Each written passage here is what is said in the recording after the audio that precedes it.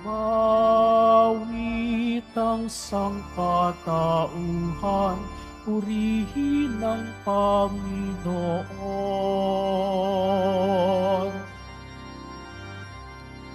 Papuri sa kaitaasan, siya'y papurihan, Diyos ng lahat o papuri sa kaitaasan, siya'y papurihan, ngayon at magpakailanman. Ngalan ng Ama at ng Anak at ng Espiritu Santo, Amen. sumainyo ang Panginoon. At sumayo rin. Mga kapatid, aminin po natin ang ating mga kasalanan upang marapat tayong gumanap sa banal na pagdiriwang.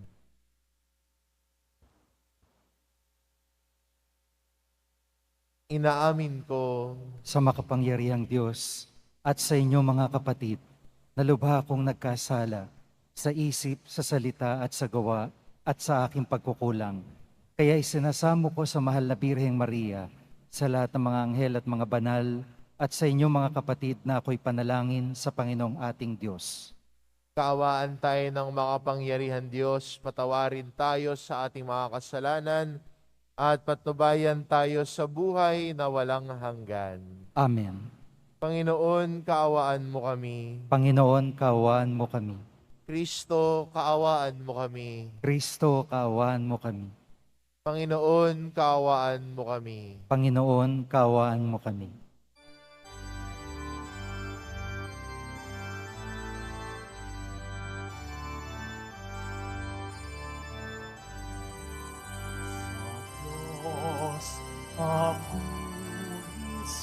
Diyos, papuri sa Diyos sa kaitaasan,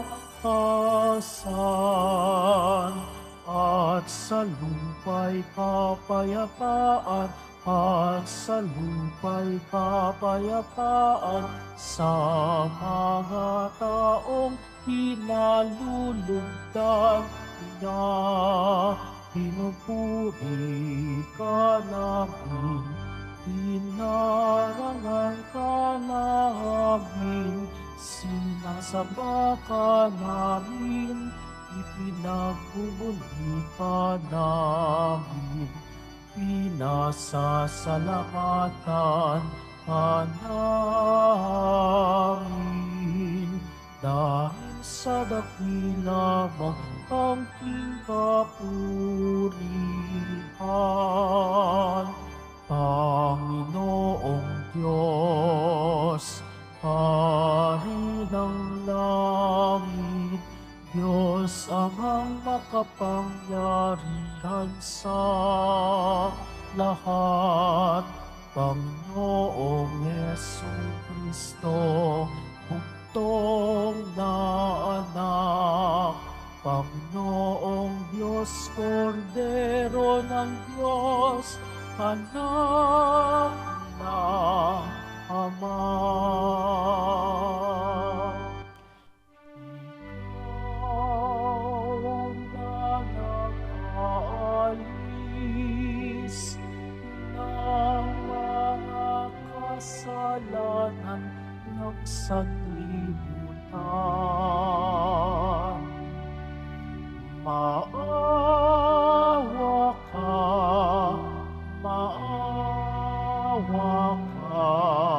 sa amin. Ikaw na nag-aalis ng mga kasalanan ng sanlibutan. Tanggapin mo ang aming kahilingan. Tanggapin mo ang aming kahilingan. Ikaw na naluluklok sa kanan ng Ama,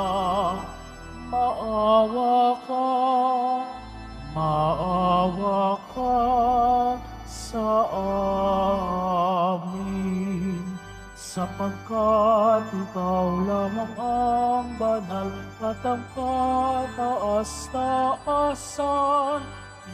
Ikaw lamang, O Jesucristo, ang Panginoon. Kasama ng Espiritu Santo sa kadakilaan ng Diyos Ama. Amen. Ng Diyos Ama. Amen.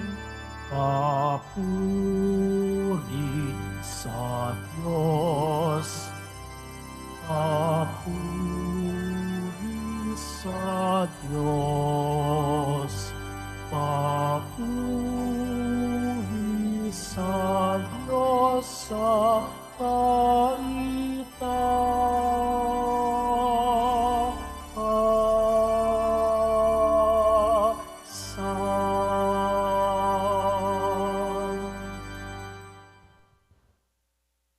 Manalangin tayo. Ama naming makapangyarihan, lakas ka ng mga walang inaasahan kundi ikaw. Ang pagluhog namin ay iyong pagbigyan sapagkat kami mga tao lamang na pawang mahihina kapag iyong iniwanan. Kaya naman kami lagi mong tulungan upang sa patnubay ng iyong mga kautusan, ikaw ay aming mabigyang kasiyahan sa aming iniisip at ginagawa araw-araw. Sa pamamagitan ni Hesukristo, kasama ng Espiritu Santo, magpasawalang hanggan. Amen. Pagsiupo na po ang lahat.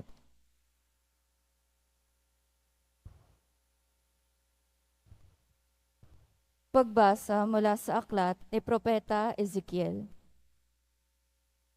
Ito nga ang ipinasasabi ng Panginoon. Kukuha ako ng isang usbong ng sedro at aking iaayos. Ang kukunin ko ay yaong pinakamura ng pinakamataas na sanga. Itatanim ko ito sa isang mataas na bundok, sa pinakamataas na bundok ng Israel, upang lumago at mamungang mabuti at maging isang kahanga-hangang sedro. Sa gayon, lahat ng uri ng hayop ay makapaninirahan sa ilalim nito. Ang mga ibon na may makapamumugad sa mga sanga nito. Kung magkagayon, malalaman ng lahat ng punong kahoy na mapabababa ko ang mataas na kahoy at maitataas ko yaong mababa, na matutuyo ko ang sariwang kahoy at mapapanariwa ko yaong tuyong punong kahoy. Akong Panginoon ang nagsasabi nito at ito'y gagawin ko. Ang salita ng Diyos. Salamat sa Diyos. Totoong kalugod-lugod ang magpasalamat sa Diyos. Totoong kalugod-lugod ang magpasalamat sa Diyos. Ang magpasalamat sa Panginoong Diyos ay mabuting bagay. Umawit na lagi, purihin ang ngalang kataas-taasan. Pag-ibig niyang wagas ay dapat ihayag. Kung bukang liwayway, pagsapit ng gabi, ang katapatan niya ay ihayag din naman. Totoong kalugod-lugod ang magpasalamat sa Diyos. Katulad ng palma, ang taong matuwid, tatatag ang buhay. Parang mga sedro, kahoy sa Libano, lalagong mainam. Parang punong kahoy na doon natanim sa tahanan ng Diyos. Sa banal na templo, ito ay lalago na nakalulugod. Totoong kalugod-lugod ang magpasalamat sa Diyos. Tuloy ang pagbunga kahit na ang punong ito ay tumanda. Lunti at matatag at ang dahon nito ay laging sariwa. Ito'y patotoo na ang Panginooy tunay na matuwid. Siya kong sanggalang, matatag na batong walang bahid tungis. Totoong kalugod-lugod ang magpasalamat sa Diyos.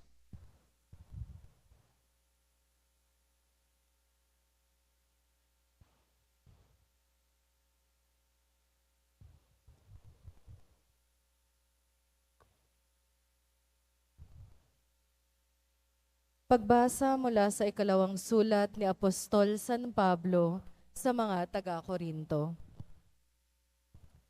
Mga kapatid, laging malakas ang aking loob.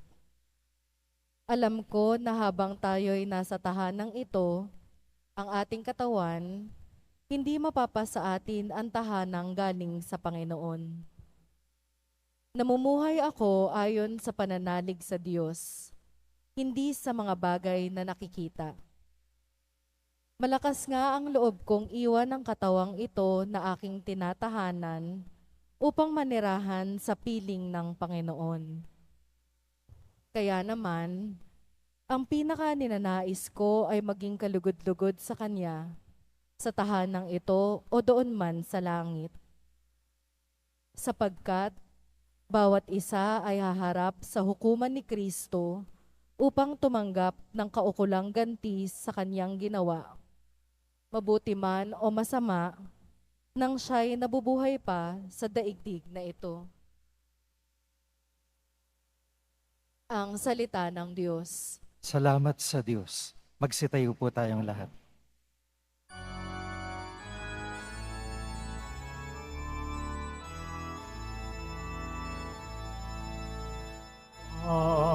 Hallelujah, Hallelujah, Hallelujah,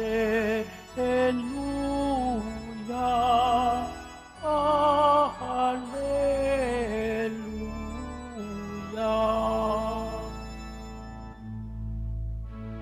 Salita ng Diyos ang puno na tanim ni Jesucristo upang tumubo sa tao. Hallelujah, Hallelujah, Hallelujah,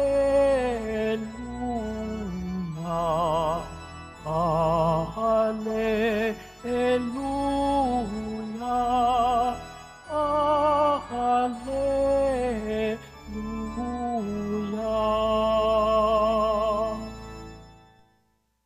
Sumainyo ang Panginoon. At sumayo rin. Ang mabuting balita ng Panginoon ayon kay San Marcos. Papuri sa iyo, Panginoon. Noong panong iyon sinabi ni Jesus sa mga tao, ang paghahari ng Diyos ay maitutulad sa isang naghahasik ng binhi sa kanyang bukid. Pagkatapos niyon, magpapatuloy siya sa kanyang pang-araw-araw na gawain. Tutubo at lalago ang binhi nang hindi niya nalalaman kung paano. Ang lupa'y siyang nagpapasibol at nagpapabunga sa mga pananim. Usbong muna sa kauhay at pagkatapos ay mahihitik ng mga butil. Pagkahinog ng mga butil, agad itong ipapagapas sapagkat dapat ng anihin. Sa ano natin iahambing ang paghahari ng Diyos? Sabi pa ni Jesus. Anong talinhaga ang gagamitin natin upang ilarawan ito? Tulad ito ng butil ng mustasa na siyang pinakamaliit sa lahat ng binhi. Kapag naitanim na at lumago, ito'y nagiging pinakamalaki at sa lahat ng puno ng gulay. Nagkakasanga ito ng malalabay. Ano pat ang mga ibon ay nakapamumugad sa mga sanga nito. Ang salita'y ipinangaral ni Jesus sa kanila sa pamamagitan ng maraming talinhagang tulad nito, ayon sa makakaya ng kanilang pag-unawa. Hindi siya nangaral sa kanila nang hindi gumagamit ng talinhaga, ngunit ipinaliwanag niya ng salilinan sa kanyang mga alagad ang lahat ng bagay. Ang mabuting balita ng Panginoon. Pinupuri ka namin, Panginoong Hesukristo. Magsiupo man na pong lahat.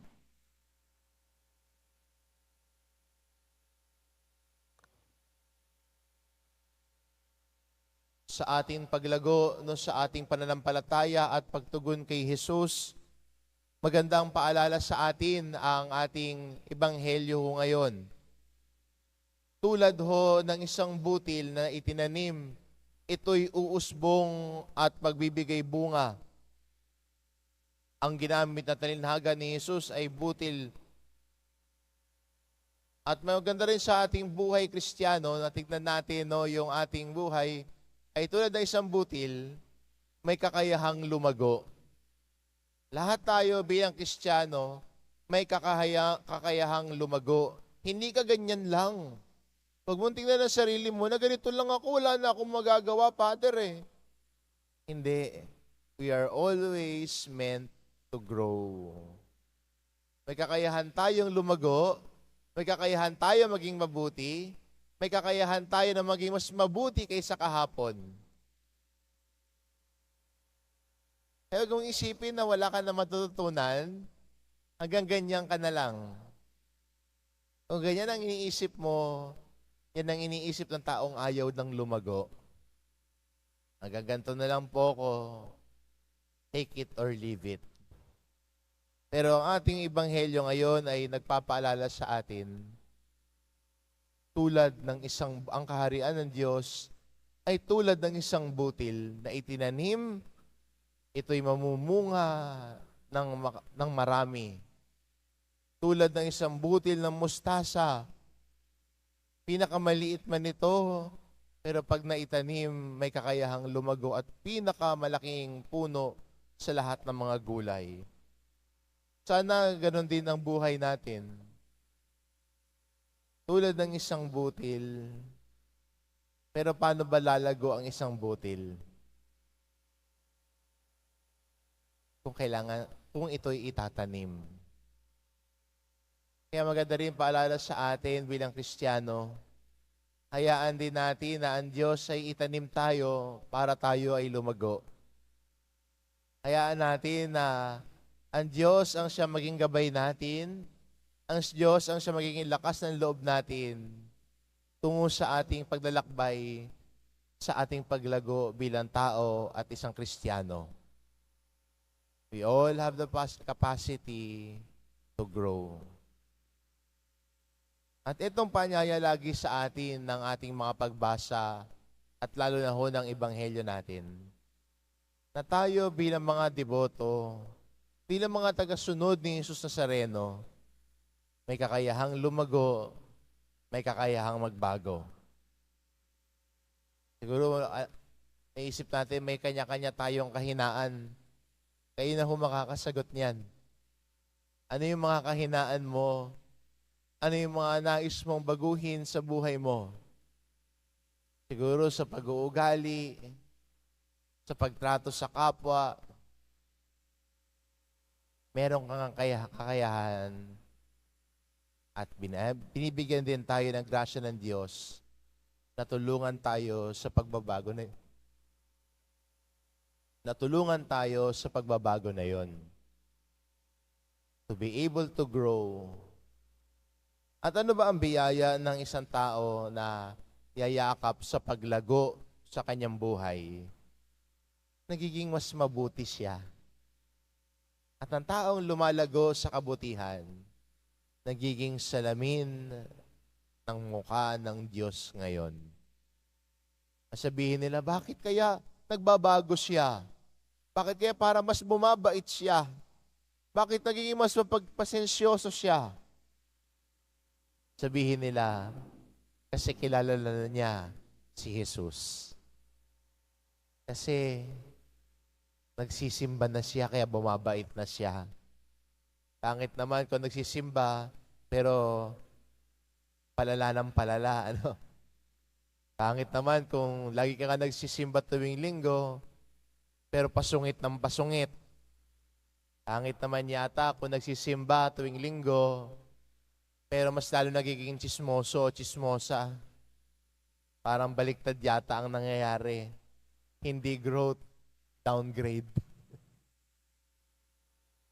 Sana bilang Kristiyano at bilang mga nakikinig sa salita ng Diyos, hayaan natin na yung salita ng Diyos ang umubog sa buhay natin.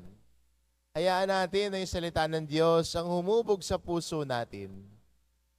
Kung titignan natin ang mga pagbasa at kahit sa mga aral at turo ni Jesus, muling binabalikan ni Jesus ang laman ng puso.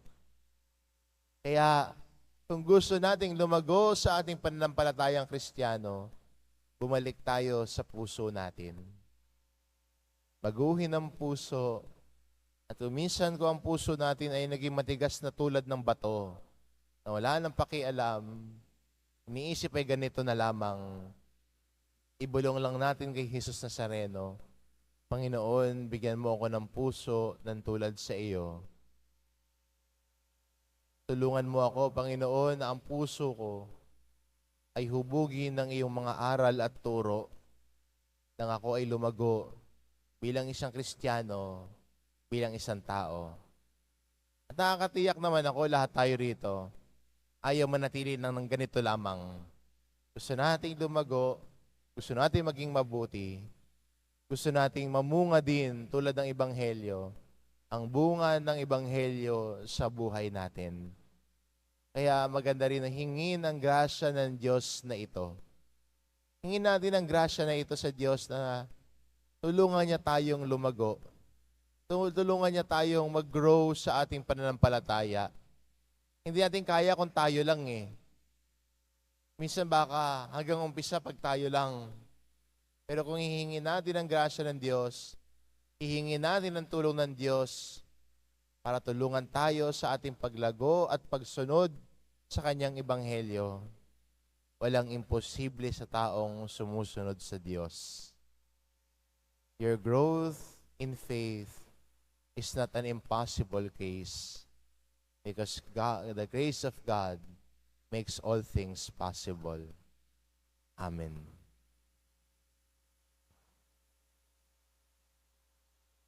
Pagsitayo po ang lahat.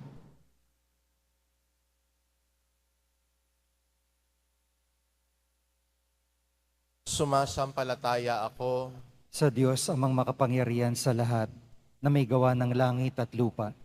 Sumasampalataya ako kay Kristo, iisang anak ng Diyos, Panginoon nating lahat.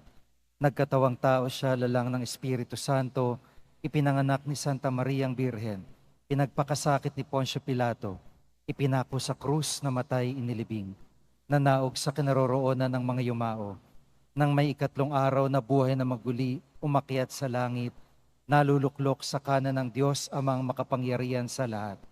Doon magmumula ang paririto at huhukom sa nangabubuhay at nangamatay na tao. Sumasampalataya naman ako sa Diyos Espiritu Santo, sa banal na simbahang katolika, sa kasamahan ng mga banal, sa kapatawaran ng mga kasalanan, sa pagkabuhay ng muli ng nangamatay na tao, at sa buhay na walang hanggan. Amen. Minamahal ko mga kapatid, isinamo natin sa Ama ang patuloy na paglago ng paghahari ng Diyos. Tulad sa lupa, ang paghahari ng katarungan, kapayapaan, pagkakapatiran at pag-ibig. Idalangin natin, Panginoon, dinggin mo ang aming panalangin. Panginoon, dinggin mo ang aming panalangin. Patuloy nawang lumago ang simbahan, ang pamayanan ng Diyos, sa pangangaral at pagiging saksi sa pag-ibig ng Diyos sa lahat ng tao. Manalangin tayo. Panginoon, dinggin mo ang aming panalangin. Lagi nawang maging masigasig ang mga pinuno ng simbahan sa kanilang pagsisikap na taimtim ang salita ng Diyos sa puso at sa isipan ng mga tao. Manalangin tayo. Panginoon, dinggin mo ang aming panalangin. Gamitin nawa ng mga namumuno sa pamahalaan ang kanilang kapangyarihan tungo sa tapat at epektibong paglilingkod sa mamamayan. Manalangin tayo. Panginoon, dinggin mo ang aming panalangin. Gamitin nawa ng mga nagtatrabaho sa media ang kanilang tungkulin sa pagpapahayag ng katotohanan na walang kinikilingan at para sa kabutihan ng bayan. Manalangin tayo. Panginoon, dinggin mo ang aming panalangin. Makadama nawa ng pag-asa ang mga may sakit mga naghihingalo, mga mahihirap, at mga biktima ng pag-aabuso sa tulong ng kanilang komunidad at ng mga mahal nila sa buhay. Manalangin tayo. Panginoon, dinggin mo ang aming panalangin. Ama namin, dinggin mo ang aming mga kahilingan at gawin mo kaming karapat-dapat sa mga pagpapala mo. Alang-alang kay Kristong aming Panginoon. Amen. Magsiupo muna po ang lahat.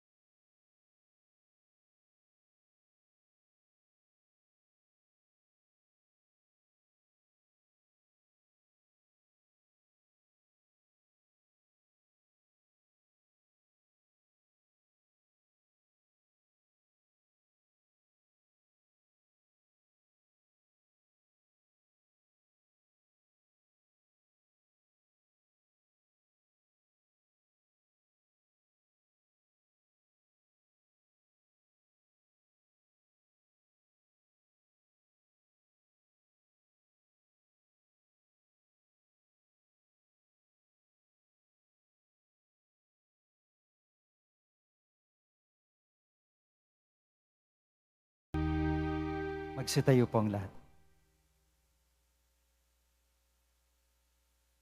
Manalangin kayo mga kapatid, upang ang paghahain natin ay kalugdan ng Diyos amang makapangyarihan. Tanggapin nawa ng Panginoon itong paghahain sa iyong mga kamay, sa kapurihan niya at karangalan, sa ating kapakinabangan at sa buong sambayanan niyang banal.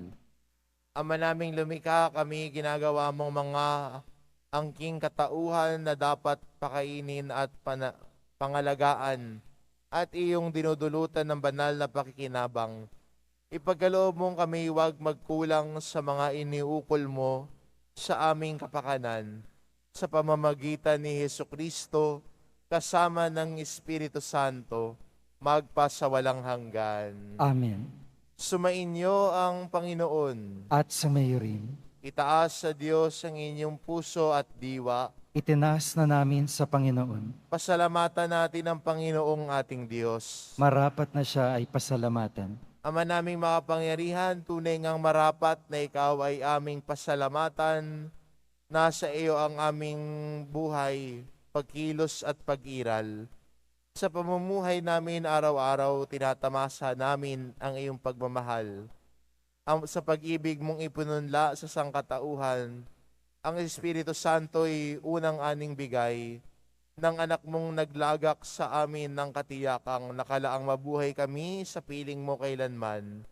Kaya kaisa ng mga anghel na nagsisiawit ng papuri sa iyo, nang walang humpay sa kalangitan, kami nagbubunyi sa iyong kadakilaan.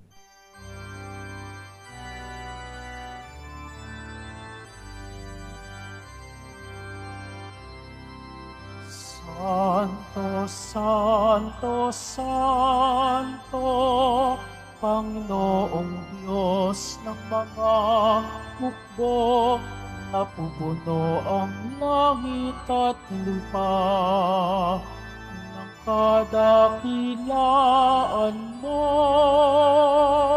Hosana sa kaitaasan,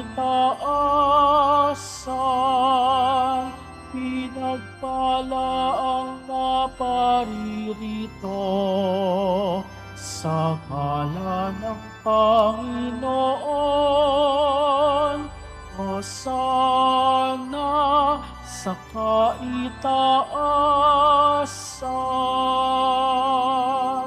Magsalud po ang lahat. Ama naming banal, ikaw ang bukal ng tanang kabanalan, kaya't sa pamamagitan ng iyong Espiritu, gawin mong banal ang kaloob na ito, upang para sa amin maging katawan at tugo ng aming Panginoong Hesukristo. Bago niya pinagtiis ang kusang loob na maging handog, hinawakan niya ang tinapay. Pinasalamatan kanya. Pinagati-hati niya iyon, iniabot sa kanyang mga alagad at sinabi, "Tanggapin ninyong lahat ito at kanin. Ito ang aking katawan na ihahandog para sa inyo."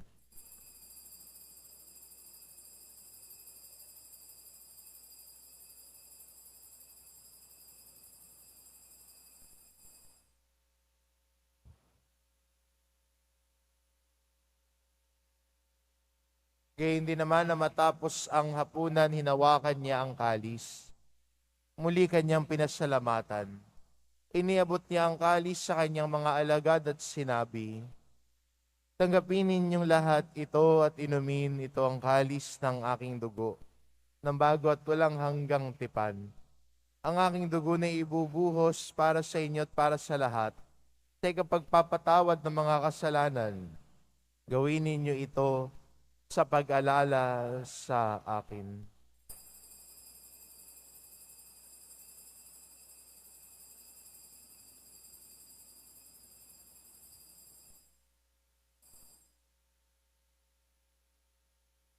Magsitayo po ang lahat.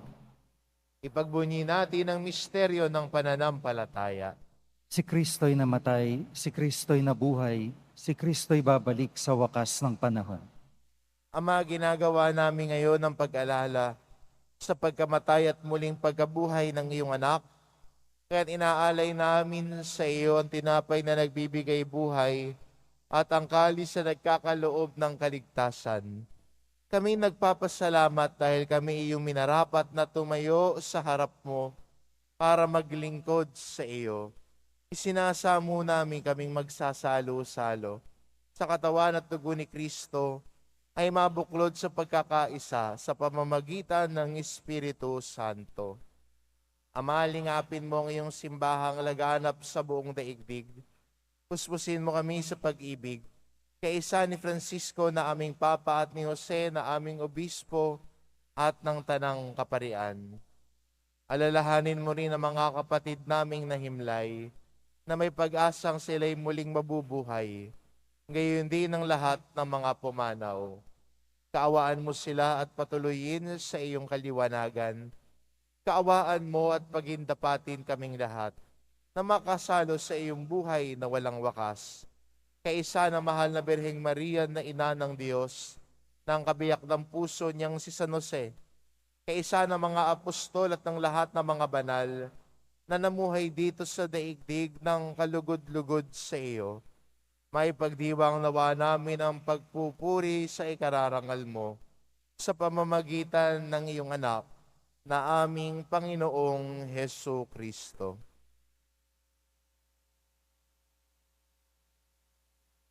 Sa pamamagitan ni Kristo, kasama niya at sa Kanya, ang lahat ng parangal at papuri ay sa iyo, Diyos amang makapangyarihan, kasama ng Espiritu Santo, magpasawalang hanggan.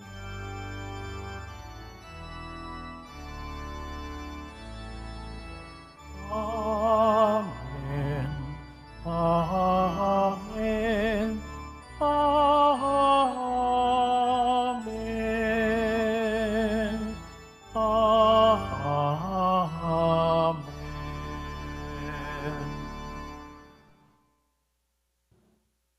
Sa tagubilin ng mga nakagagaling na utos at turo ni Jesus na Panginoon natin at Diyos, ipahayag po natin ng lakas loob. Ama namin, sumasalangit ka, sambahin ang ngalan mo, mapasa amin ang kaharian mo, sundin ang loob mo dito sa lupa para nang sa langit. Bigyan mo kami ngayon ng aming kakanin sa araw-araw at patawarin mo kami sa aming mga sala para ng pagpapatawad namin sa nagkakasala sa amin. At huwag mo kaming ipahintulot sa tukso at iadya mo kami sa lahat ng masama. Hinihiling namin kami adya sa lahat ng masama pagkalooban ng kapayapaan araw-araw.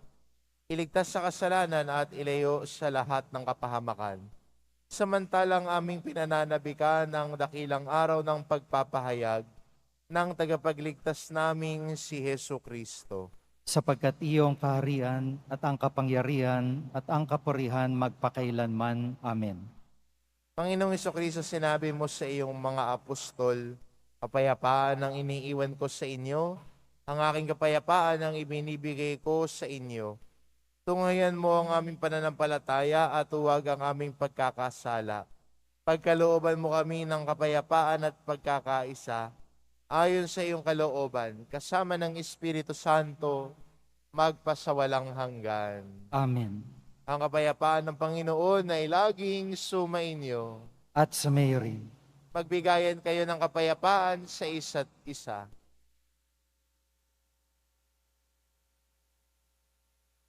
Kordero ng Diyos na nag-aalis ng mga kasalanan ng sanlibutan, maawa ka sa amin. Kordero ng Diyos na nag-aalis ng mga kasalanan ng sanlibutan, maawa ka sa amin. Kordero ng Diyos na nag-aalis ng mga kasalanan ng sanlibutan, ipagkaloob mo sa amin ang kapayapaan. Magsilud po ang lahat.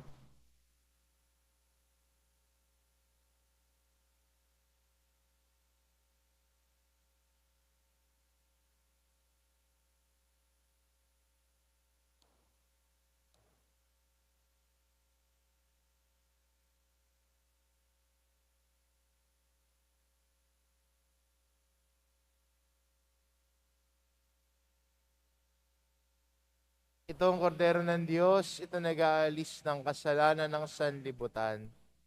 Mapalad ang mga inaanyayahan sa kanyang piging. Panginoon, hindi ako karapat-dapat na magpatuloy sa iyo. Ngunit sa isang salita mo lamang ay gagaling na ako.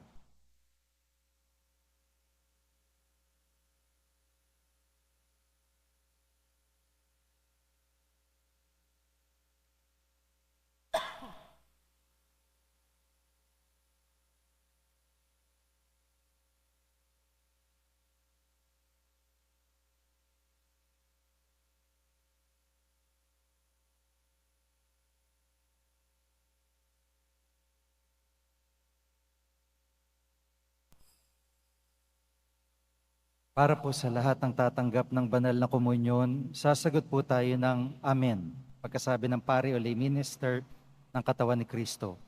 At isubo agad sa bibig bago mali sa harapan ng pari o lay minister. Sumunod po tayo.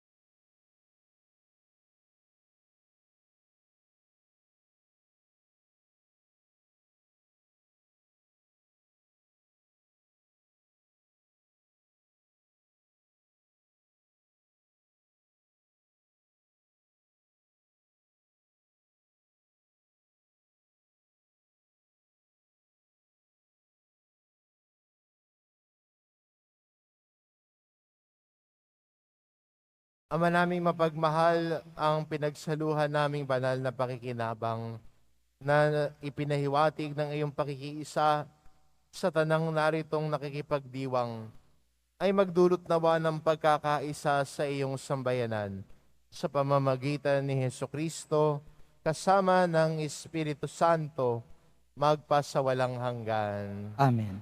Sumainyo ang Panginoon. At sa Mary, Mahal na pong Hesus Nazareno, inihayag mo sa pamamagitan ng krus ang walang maliw ng Diyos at sa sangkatauhan. Pakinggan mo ang kahilingan ng iyong angkan na nagsusumamo sa iyo. Makamtanawan nila ang iyong katugunan at tanggapin ang kasagutan ng may utang na loob na tinatanaw. Basbasan din po ninyo ang mga may daladala nilang imahen at dasalan. Sa pamamagitan ng bendisyon na ito, Naway maalala nila ang mga pangako nila noon sa binyag, na ikaw ang kanilang iibigin at paglilingkuran, bilang Panginoon magpa sa walang hanggan. Amen. At pagpalain kayo ng ating mapagmahal na Diyos, ang Ama, at ang Anak, at ng Espiritu Santo. Amen. Humayo kayo, taglay ang kapayapaan ng Poong Jesus Nazareno. Salamat sa Diyos.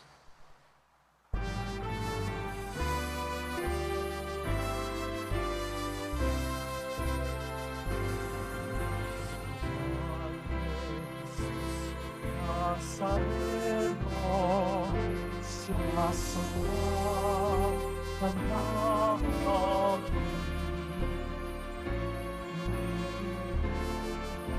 Ka namin.